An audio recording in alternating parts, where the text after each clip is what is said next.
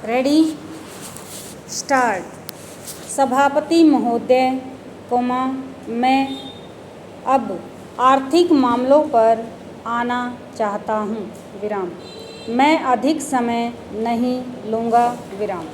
इस बात को सभी स्वीकार करेंगे कि तीव्र गति से हमारी आर्थिक प्रगति हो, इसका प्रबंध किया जाना चाहिए, इसके लिए ऐसा वातावरण बनाने की आवश्यकता है जिससे उत्पादन बढ़ सके, वितरण में समानता आ सके और उपभोग में संयम से काम लिया जा सके।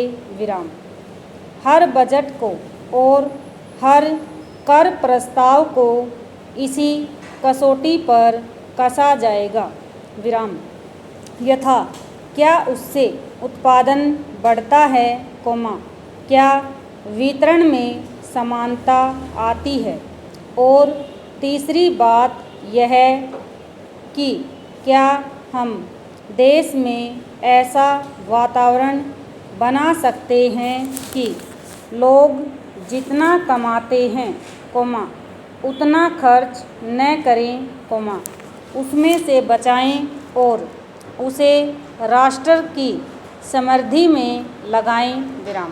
अगर इस कसौटी पर सरकार की आर्थिक नीतियां कसी जाएं तो मुझे लगता है कि उनमें पर्याप्त सुधार की गुंजाइश है। पैराग्राफ। मैं वित्त मंत्री की कठिनाई को समझ सकता हूँ। विकास की आवश्यकता अधिक धन की मांग करती है। राज्य सरकारें अधिक कर लगाने के लिए तैयार नहीं हैं। वे केंद्र से कर्जा लेकर अपना काम चलाना चाहती हैं, वहाँ कोई वित्तीय अनुशासन नहीं है। यह सारा बोझा केंद्र को उठाना पड़ेगा और केंद्रीय सरकार कठिनाई में पड़ेगी। इसलिए मैं समझता हूँ और सुझाव को दोहराना चाहता हूँ कि राज्यों को इस संबंध में निर्देश दिया जाना चाहिए। संविधान के अंतर्गत केंद्र इन राज्यों को निर्देश दे सकता है कि वह अपने साधनों के अंतर्गत अपने खर्च को चलाएं, केंद्र के कर्ज पर निर्भर नहीं रहना चाहिए।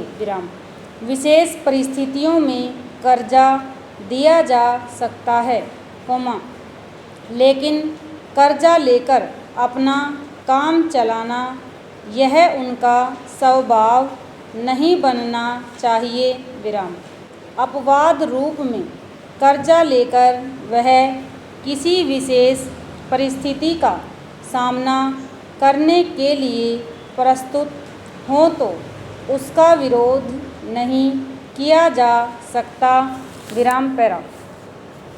दूसरी बात यह है कि देश में सादगी और संपत्ति को उड़ाने के बजाय उसे उत्पादक कार्यों में लगाने का वातावरण बनाना चाहिए।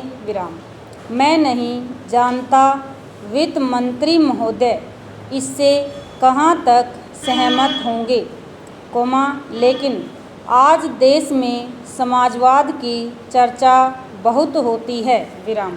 लोगों का समाजवाद की ओर देखने का दृष्टिकोण विकृत हो गया है।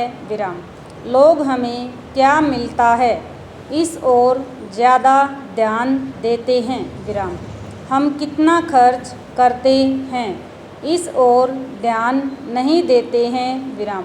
समाजवाद बिना संपत्ति की अभिवृद्धि किए और बिना उसके समान वितरण के नहीं आ सकता। हमारा देश कृषि प्रधान देश है विराम ओवर।